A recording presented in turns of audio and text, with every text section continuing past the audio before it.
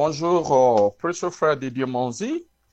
Nous sommes en train de prendre la réaction de frère sur l'élection du pasteur Simeon Galibali.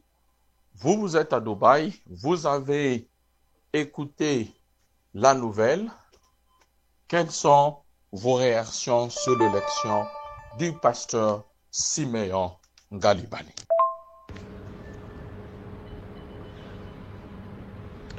Oui, shalom, oncle Christian, que Dieu vous bénisse richement. Eh bien, bon, on a reçu, comme tout le monde, hein, surtout qu'on n'est pas membre de l'église d'Arc-en-Ciel, on respecte les choix d'une église souveraine, surtout une église locale qui a pris son temps de choisir son nouveau pasteur. Sûrement que ça surprend les gens du fait qu'il est trop jeune. Il a moins de 25 ans, il est célibataire et il n'a jamais prêché dans l'église d'Arc-en-Ciel ni ailleurs. Donc jusque-là, les témoignages qui nous parviennent, c'est qu'il prêchait dans des réunions des ministres, plutôt des réunions de jeunes. Alors c'est ce qui crée juste les soucis. Aussi, il faut savoir qu'il faut noter que le nouveau pasteur sera responsable de toutes les églises qui étaient sous la responsabilité du pasteur Lys. Donc ce n'est pas que Arc-en-Ciel Brazzaville, donc toutes les églises qui étaient sous sa responsabilité. Donc c'est toute une grande charge qui devrait désormais être sous la conduite de ce jeune homme. Alors c'est ce qui crée un peu de soucis, c'est pourquoi ça a soulevé beaucoup de questions.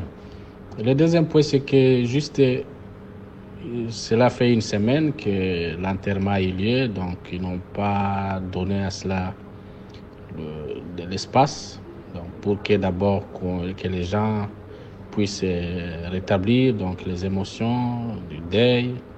Il y a encore quelques visiteurs qui sont encore sur place, donc choisir un pasteur. Donc il y a des frères aussi qui ont trouvé cela précipité, alors ils se posent la question pourquoi c'était si vite. Mais dans tout cela, personnellement, ma position est que une église, comme le dit le prophète, c'est que si une église et son pasteur décident de prêcher la doctrine des témoins de Jéhovah, elle est souveraine de faire cela et c'est toujours un ordre. Alors, on peut ne pas être d'accord avec certains points de la prise de décision d'une église locale, mais elle reste souveraine. Nous ne pouvons que prier pour eux, car ils font partie des membres du corps de Christ que nous partageons les voyages. Alors, il faut simplement prier pour eux. Prier surtout pour ceux qui ne sont pas d'accord, parce que s'il y a des gens qui ne sont pas d'accord avec ces choix, sûrement ils auront un temps qui n'est pas facile, soit ils vont quitter l'église, soit ça va les créer, d'autres vont même rétrograder. Donc, connaissant les conséquences de cela, il faut beaucoup prier pour eux, prier aussi pour les jeunes pasteurs qui n'ont pas d'expérience pastorale. Mais aussi, il ne faut pas que les frères puissent en profiter pour beaucoup attaquer le choix d'une église, parce que peu importe leur choix, ils sont souverains et puis c'est leur plein droit. Alors de l'autre côté aussi, si nous regardons ça avec la parole, donc je pense que nous n'avons pas le droit de s'attaquer à eux. On n'a pas le droit. Bon, il y a aussi d'autres pasteurs qui ont commencé leur pastorat étant jeunes, parce que Simeon a 24 ans, je pense. Et 24 ans, il y a d'autres pasteurs qui ont commencé à cet âge, ou même moins que lui. Donc, c'est un peu ça ma réaction, oncle Christian. Je n'ai pas beaucoup à dire. Merci beaucoup. Que Dieu vous bénisse richement. Précieux frère bien-aimé Kevin Bach et son oncle Christian depuis Dallas, j'espère que vous avez eu la nouvelle que l'Arc-en-Ciel Tabernacle a un nouveau pasteur au nom du pasteur Simeon Galibali. Nous voulons juste prendre vos réactions pour cette bonne nouvelle. Merci beaucoup, frère Christian. Shalom, que Dieu te bénisse. Comme tout le monde, j'ai appris cette nouvelle ce matin dans les réseaux sociaux. Et comme quoi, le frère Siméon Salomon Galibali devient le pasteur, ou mieux l'évêque des églises laissé par son père, le pasteur Lys Ngalibali. Vous savez, Arc-en-Ciel Tabernacle est une église indépendante et souveraine. Ils ont fait ce vote en toute souveraineté, je suppose. Et donc nous, tout ce qu'on peut faire, c'est de prendre acte de ce vote et de leur souhaiter plein succès. Il ne nous est pas donné à nous, surtout pas à moi, de porter un jugement sur ce vote pour dire si ce vote a rempli les critères bibliques ou pas, puisque je n'ai pas assisté à ce vote. Je ne suis pas croyant, membre de l'église Arc-en-Ciel Tabernacle, donc je suis mal placé pour porter un jugement. Seuls les croyants brebis d'Arc-en-Ciel Tabernacle qui sont mieux placés pour nous dire si le vote a réuni les critères bibliques ou pas. Vous savez, Frère Branham dit,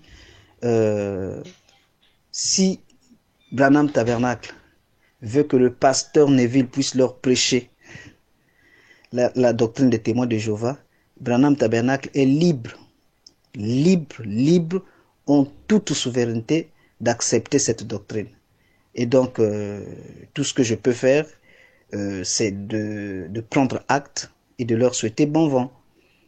Maintenant, pour des frères qui n'ont pas été satisfaits de ce vote, je leur conseillerais d'avoir des arguments bibliques. Il faut que la parole soit de leur côté. Et si la parole est de leur côté, ils doivent se conformer à la parole et prendre des mesures qui s'imposent par rapport à ce que dit la parole à ce sujet-là. Donc voilà tout ce que je peux dire.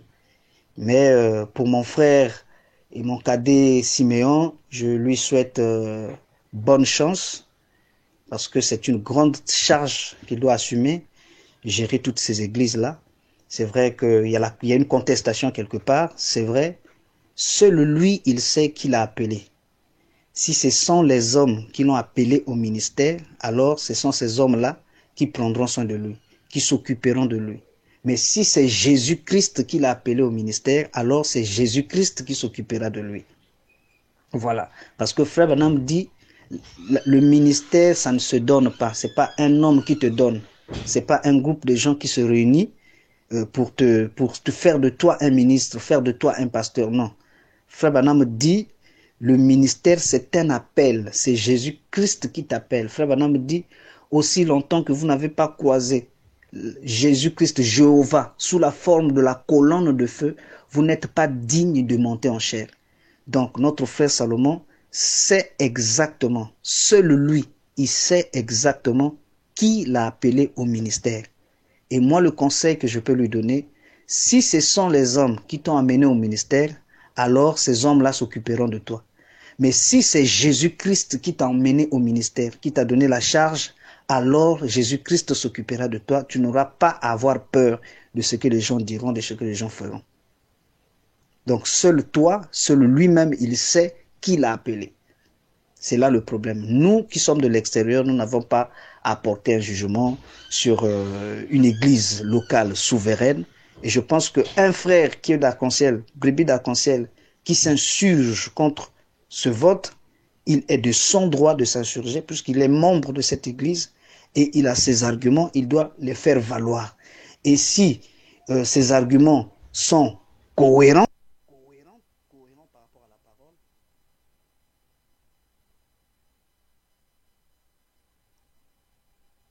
par rapport à la parole, eh bien, il est tout à fait libre de prendre position par rapport à la parole. Voilà. Donc, nous sommes à l'extérieur, nous ne savons pas comment le vote s'est effectué, nous n'étions pas là, il n'y a que eux seuls qui savent ce qui s'est passé. Donc, nous, tout ce qu'on peut faire, c'est de les souhaiter plein succès dans ce grand travail, dans cette continuité. Donc, voilà un peu ce que je peux dire, oncle Christian. Que Dieu te bénisse. Merci. Cédric Lokusa Branham, c'est oncle Christian depuis Dallas. Certes, vous avez eu la nouvelle de l'élection du pasteur Siméon Ngalibali. Nous vous contactons pour avoir vos réactions par rapport à cette élection. Que Dieu vous bénisse.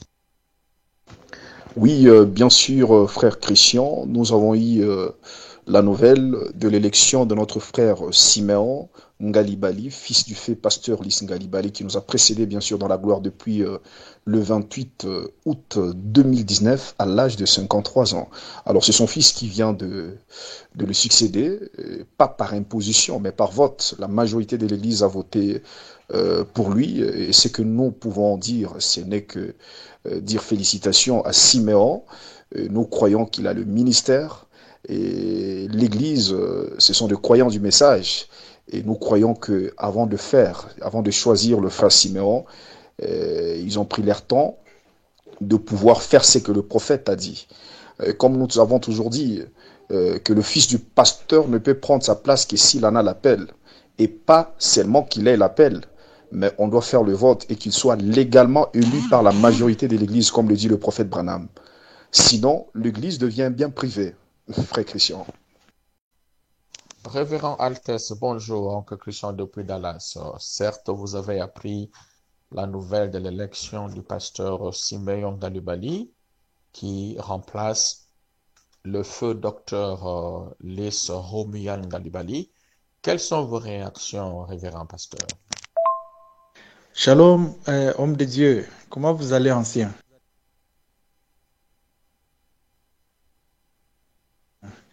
Ouais, moi ça va bien. Oui, effectivement, j'ai aussi vu ça. Mais jusque-là, je me réserve un peu de faire des commentaires parce que je n'ai pas vraiment beaucoup d'informations à propos de ça. Je ne connais pas très bien le révérend Siméon Ngalibali. Je ne sais pas s'il prêchait avant. Je ne sais pas très bien pendant la période où le pasteur Lys n'était pas là, qui s'occupait de l'église. Ce sont des informations qu'on essaie un peu de prendre par-ci, par-là pour voir si réellement les votes se sont bien passés. Parce que quand même si on n'est pas de cette église-là, on est tous des chrétiens, on est tous les enfants de Malachie 4. On doit toujours un peu examiner les actualités. S'il y a débordement, c'est notre devoir de toujours chercher à rectifier, à arranger cela. Mais jusque-là, je n'ai pas beaucoup d'informations. C'est la première fois que je l'ai vu. Donc la première fois, je l'avais vu quand il donnait le témoignage au funérailles de son père. Et c'est la première fois qu'on l'a présenté comme ministre. Donc je n'ai vraiment pas beaucoup d'informations. Mais comme je travaille avec le pasteur Nathan, je pensais peut-être si j'ai un peu le temps que je puisse demander au pasteur Nathan, comme il connaît aussi bien le pasteur Sylvain, s'il peut quand même donner des informations pour qu'on puisse savoir d'abord pourquoi est-ce qu'on a fait les élections rapidement comme ça, qui étaient des candidats, tout ça là, avant de se prononcer, parce que comme je n'ai pas d'informations, je me dis je risque de me prononcer sur quelque chose et après je me rends compte que j'avais tort. Bonjour, sénateur, oncle Christian depuis Dallas. Certes, vous avez eu la nouvelle de l'élection du pasteur Siméon Ngalibali. Quelles sont vos réactions? Oui, bonsoir et bonjour, frère oncle Christian. Je suis tellement content de vous, tellement content que vous m'avez aussi demandé mon point de vue sur ce qui se passe au niveau du Congo-Brazza. Certes, nous avons eu ces messages, nous avons eu ces nouvelles des élections qui se sont déroulées dans l'église du pasteur Lys Ngalibali. Nous avons pris notre temps ensemble ici avec certains de nos frères, entre autres frère Cédric Lukusa, d'analyser un peu ces effets. D'abord, je vous donne mon point de vue personnel. Je ne condamne d'abord pas. Moi, je trouve ça normal, logique. Je ne condamne pas d'abord, premièrement. Deuxièmement, je me pose d'abord des questions. Vous savez, pourquoi c'est arrivé ainsi? Ça, c'est la première question. La deuxième question, est-ce que l'Église ensemble est d'accord? Oui ou non? Je me suis d'abord demandé pourquoi c'est arrivé ainsi. Alors, après, je me suis projeté dans le passé. Vous verrez que beaucoup des églises ont perdu leur pasteur. Après avoir perdu leur pasteur, l'Église ensemble, en général, ils ont oublié la famille du pasteur défunt. Alors, peut-être par précaution, la famille ont jugé bon de conserver ou bien de garder leur église parce qu'ils ne veulent pas qu'à après des jours ou après des années, l'Église les oublie facilement? D'abord, c'est la première question que moi, d'abord, je me suis posée. La deuxième question, est-ce que l'Église en général sont pour, oui ou non? Si l'Église en général sont pour, alors, donnons la chance au nouveau pasteur, l'enfant du pasteur Lys Ngalibali, de conduire l'Église. Et aussi, j'insiste, et aussi, si l'enfant a le don ou bien est appelé d'être pasteur avant le décès de son père.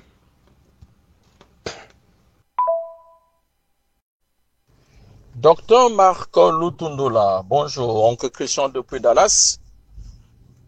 Vous avez appris la mort du docteur Lys Ngalibali et certainement aussi vous avez appris l'élection au pastorat de son fils Simeon Ngalibali. Nous vous joignons ce matin pour avoir vos réactions par rapport à cette élection et s'il y a un message ou un conseil que vous pouvez donner aux jeunes pasteurs responsables de l'Arc-en-Ciel Tabernacle. Docteur Marc Lutundula. Oui, shalom oncle Christian. C'est ce matin que j'ai appris l'élection du fils du pasteur Lys Ngalibali comme pasteur de l'Arc-en-Ciel Tabernacle de Brazzaville. Sincèrement, je n'ai pas été d'accord du tout avec son élection, mais en fait, après tout, c'est l'Église qui a voté. William Branham dit que l'Église est souveraine. Et la souveraineté de l'Église n'est pas en dehors de la parole. L'Église est souveraine dans la parole. Donc la souveraineté de l'Église n'est pas en dehors de la parole. C'est la parole qui confère cette souveraineté à l'Église. Et vous savez, il y a des critères dans le message pour que quelqu'un soit pasteur. Le pasteur a été malade pendant au moins 5 ans, le docteur Lys Ngalibali. Et j'espère bien que Siméon était avec son père à Dubaï. Donc, ce qui signifie que derrière lui, quand le pasteur Lys Ngalibali n'était pas là, il y a quelqu'un qui est en train de paître le troupeau pendant au moins 5 ans, qui a une expérience. Il y a des hommes de Dieu qui passaient par là, il y a quelqu'un qui jouait les rôles même du pasteur. Parce que le frère Branham dit qu'un berger, c'est quelqu'un qui s'habitue tellement avec ses brebis. Donc il y a quelqu'un qui assistait l'Église, qui est en train de paître l'Église à l'absence du pasteur Ngalibali. Mais curieusement, l'élection se passe, on prend un jeune qui n'a jamais prêché, aucune expérience, et chose grave, il n'est même pas marié. Il n'est même pas marié, alors que c'est parmi les critères de choix d'un pasteur. Donc, je n'ai pas été vraiment pour. Vous savez que le fanatisme ravage le message, la politique, la dynastie, comme mon précieux frère Sylvain Aquala a chanté. Donc, c'est devenu pratiquement comme quelque chose qui est légal, qu'un pasteur meurt, on laisse son fils. Non. Même au Branham Tabernacle, c'est pas dès que le frère Branham est décédé qu'on a mis Joseph Branham comme pasteur. Il a fallu le temps et même pour prêcher. Tu peux être appelé, mais il faut le temps. Il faut le temps pour pouvoir commencer le service. Donc, les conseils que je lui donnerai, c'est une grande responsabilité. Si vraiment il sent dans son cœur que c'est un groupe de gens qui l'avaient poussé à être candidat, à être pasteur, donc il serait mieux qu'il démissionne, qu'il puisse attendre. Si Dieu veut qu'il soit pasteur, il pourra le faire, il pourra l'être après. Il pourra l'être après au moment prévu par Dieu. Qu'il prouve d'abord sur le terrain qu'il a le ministère. C'est ce que même le frère Branham dit, que lorsque quelqu'un est appelé, lorsqu'il prêche, il faudrait que les anciens se réunissent pour pouvoir, comment dirais-je, juger sur réellement le frère là a quelque chose en lui. Et en ce moment-là, ils peuvent les bénir et tout. Mais le frère commence d'abord sa première prédication, c'est en tant que pasteur. En tout cas, c'est du jamais vu. Sincèrement, je dirais aux jeunes frères que j'aime beaucoup, mon frère Siméon, carrément, si ça ne vient pas de lui, qu'il puisse carrément démissionner et qu'on puisse choisir un autre pasteur plutôt que d'être là et causer des divisions inutiles. Il y a des gens qui vont rétrograder suite à ça, il y a des gens qui vont se déchirer suite à ça et vraiment, c'est pas bon. C'est ce que je peux donner comme conseil. Frère Fraisse, bonjour, c'est Oncle Christian ici, depuis Dallas.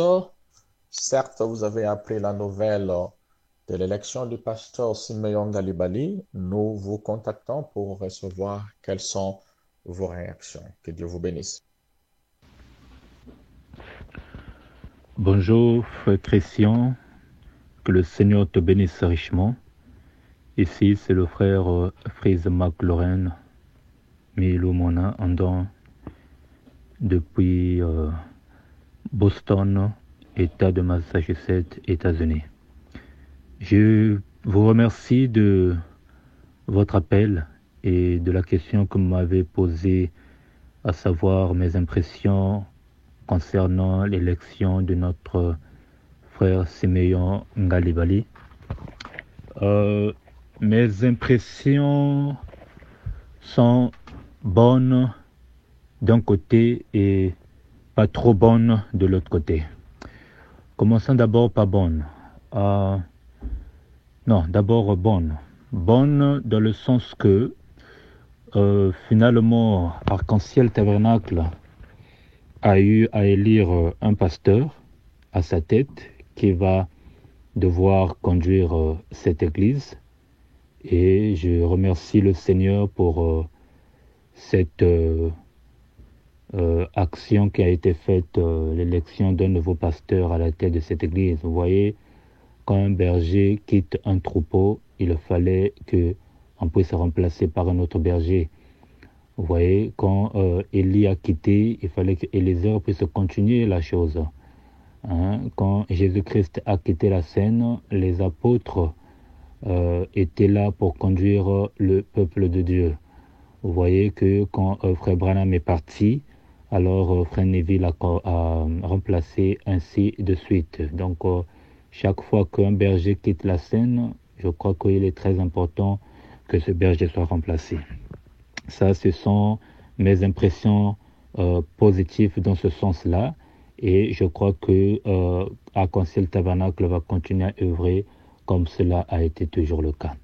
Eh bien, du côté négatif plutôt, puisque ce sont des impressions négatives, parce que quand j'essaie de voir d'abord la façon dont la chose a été faite, le frère qui a été choisi, les critères et tout, à un moment donné, je me rends compte qu'il y a certaines écritures qui ont été brisées. Mais vous savez, moi, je ne me contente pas des murmures ou des spéculations des gens sur Internet ou dans les réseaux sociaux.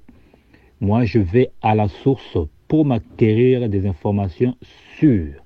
Et quand je vais pouvoir m'exprimer, ce sera des choses correctes et non des spéculations ou des murmures de gauche à droite. Alors, j'ai eu à contacter un bien-aimé frère qui était proche du pasteur Lys, un frère qui est connu de Arc-en-Ciel Tabernacle et qui m'a donné un grand nombre d'informations ou communiqué un grand nombre d'informations, mais je tais le nom du frère ici. Et je lui ai posé un certain nombre de questions, à savoir, le frère Siméon, est-ce que l'Église a eu à attester le ministère? Est-ce qu'il a eu à exercer, ainsi de suite? Ça, c'est l'une des questions que je lui ai posées. Parce que Frère Branham me dit que Dieu, c'est lui qui confirme l'Église. Il le dit dans les dons spirituels. C'est lui qui confirme plutôt le don et l'Église atteste, vous voyez, le don de la personne et vote la personne. Le frère m'a confirmé en me disant que oui, le frère a eu à avoir un ministère et même le pasteur, donc son propre père, a eu à attester cela. Et je lui ai dit, est-ce qu'il a déjà eu à prêcher comme le faisait son père là-bas à l'église? Le frère m'a répondu, non, il l'a jamais fait, mais seulement il exhortait, prêchait aussi de temps en temps parmi les jeunes, vous voyez, c'est ce qu'il faisait. Bon, je me suis dit, bon, écoutez, c'est vrai, je peux me contenter de ça. Comme vous le dites qu'il a un ministère et que vous, c'est l'église qui avait attesté, Frère Branham dit, il faut croire l'homme sous sa parole, alors je vous crois qu'il a un ministère. S'il n'a pas de ministère, le temps, c'est aussi un bon remède, va lui le faire savoir. Alors, la deuxième question que je lui ai posée, est-ce que le frère est marié? Pourquoi je lui pose cette question? Parce que je me suis rabattu de l'écriture de 1 Timothée chapitre 3, de 1 jusqu'à 7, où il est communiqué les critères que doit avoir un frère ou un prédicateur qui aspire à la charge d'évêque ou qui aspire à la charge de conduire un peuple. Vous voyez, là, la Bible nous dit qu'il doit avoir un bon témoignage, il ne doit pas être livré au vin, il doit avoir une aspiration pour ce travail, c'est-à-dire qu'il doit avoir un ministère et un don, et il doit être marié, vous voyez, mari d'une seule femme. Il doit être chef d'une famille, parce qu'il ne peut pas conduire un peuple sans pourtant avoir une famille. Je lui ai posé cette question, le frère m'a répondu non, il n'est pas marié. Bon, je lui ai dit, mais pourquoi vous avez fait cela? Pourquoi vous avez choisi le frère, sachant bien qu'il ne remplit pas les critères? Le frère m'a répondu en me disant qu'il y a eu un comité qui a été choisi, pas peut-être choisi, le comité de toutes les églises sous le ministère du pasteur Lis a été réuni et finalement, ils ont fait le choix ou le vote dans ce comité parmi tant d'autres frères aussi prédicateurs sur ce ministère, et c'est le frère Siméon Ngalibali qui a été choisi, et c'est en ce moment-là qu'il a été présenté à l'église. Et le vote a été organisé, et le frère Ngalibali a été choisi comme pasteur, malgré qu'il ne remplit pas les conditions. Bien évidemment, je lui ai dit clairement que, bon, mais là, frère, on doit reconnaître que vous avez brisé pas mal d'écritures. Le frère a reconnu, oui, c'est vrai, et ces choses sont passées telles que ça s'est passé, mais qu'à cela ne tienne, on doit laisser le temps au temps. Il a dit, oui, c'est vrai, on doit laisser le temps au temps, mais entre-temps, les gens ont été achetés. Parce que nous, dans le message, nous disons que nous respectons la parole, nous disons que c'est nous qui avons le message. Mais quand les pentecôtistes nous voient encore faire ce genre de choses, ça jette un peu l'opprobre dans le message. Non pas seulement ça salit votre église par rapport à la façon que la chose a été faite, mais toutefois, ça aussi salit le message. Donc c'est normal que les gens puissent avoir des réactions négatives face à cela. Vous voyez, qu'ils puissent avoir des critiques. Ben, finalement, avec le frère, nous avons une bonne conversation où il a quand même reconnu qu'il y a certaines procédures, certains critères qui n'ont pas été respectés par rapport à la parole. Mais toutefois, voilà que le frère a été choisi. Mais j'ai dit, moi personnellement, ce n'est pas parce que il est le fils du pasteur que je me pose. Je me pose parce qu'il y a le critère, surtout le mariage, qui n'a pas été respecté. Et puis, il fallait quand même aussi attendre, parce que ça a été fait de façon vraiment rapide. Hein. Le pasteur est mort à peine une semaine, et puis on a élu le pasteur. Donc la façon dont la chose a été faite, ça laisse beaucoup de soupçons. Donc moi, j'aurais préféré que l'Église continue d'abord, que le comité continue l'Église, a plutôt conduit l'Église de la façon dont ça a été fait à l'absence même du pasteur pendant qu'il était malade à Dubaï, et puis en entendant qu'on puisse regarder comment les choses devaient se faire. Mais ça a été tellement fait de façon rapide, et puis vous allez lire un frère qui n'est pas aussi marié, ça laisse beaucoup de questionnements de la part des frères et sœurs qui vous suivent, vous voyez. Alors, moi, personnellement, ce n'est pas qu'il soit fils du pasteur Lis qui m'intrigue, mais parce qu'il n'est pas marié, comment va-t-il gérer une telle église ou des églises pareilles, et étant donné qu'il n'est pas marié, eh bien voilà, ça laisse beaucoup de questions. Mais finalement, le frère m'a dit, bon, oui, c'est vrai, moi je reconnais qu'il y a eu aussi des critères qui n'ont pas été respectés, mais laissons le temps au temps. Si nous avons commis une erreur, la parole de Dieu va nous rattraper. Si ce que nous avons fait, malgré que les critères ont été brisés, et que Dieu est là-dedans, ou qu'il ne soit pas là, alors le temps nous le dira. Eh bien, je lui ai dit, oui, c'est vrai, le temps vous le dira, mais pendant ce temps, les gens sont achoppés. Mais toutefois, moi, j'aimerais plutôt que si le frère vraiment a un ministère, parce que ça ne soit pas que quelqu'un qu'on a juste parachuté, on a mis là, si vraiment il a un ministère venu de Dieu et confirmé, qu'il aille de l'avant, que Dieu le bénisse. Voilà, au moment opportun, nous allons le soutenir. Et le mariage, puisque le frère m'a dit qu'en principe, le frère est en train de fréquenter une sœur en ce moment. Il n'est pas libre, donc d'ici peu, le frère va se marier. Il va se marier, il est en fréquentation, il est en train de fréquenter une sœur. Donc, de façon générale, ce que je veux dire, ce qui est fait, moi, je ne suis pas vraiment d'accord à 100% parce que certaines écritures ont été brisées, mais la chose a été faite, je crois que je ne peux que prier pour eux, que Dieu puisse les bénir. Voilà pourquoi j'ai dit dès le départ que mes impressions étaient positives d'un côté et négatives d'un côté, et je crois que j'ai eu à expliquer le pourquoi c'était négatif et le pourquoi c'était positif.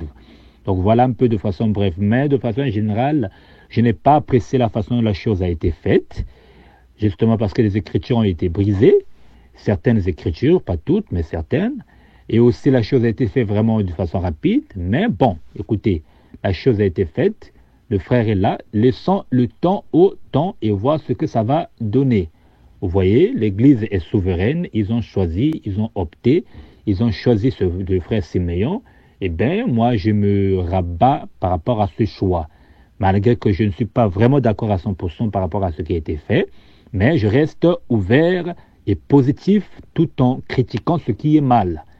Et on laisse le temps au temps et que Dieu bénisse le frère. Voilà un peu, frère Christian, de façon générale, ce que je peux dire à ce niveau. Donc, que le Seigneur Dieu te bénisse richement. Une fois de plus, c'est le frère McLaurin Andon depuis Boston aux États-Unis. Shalom.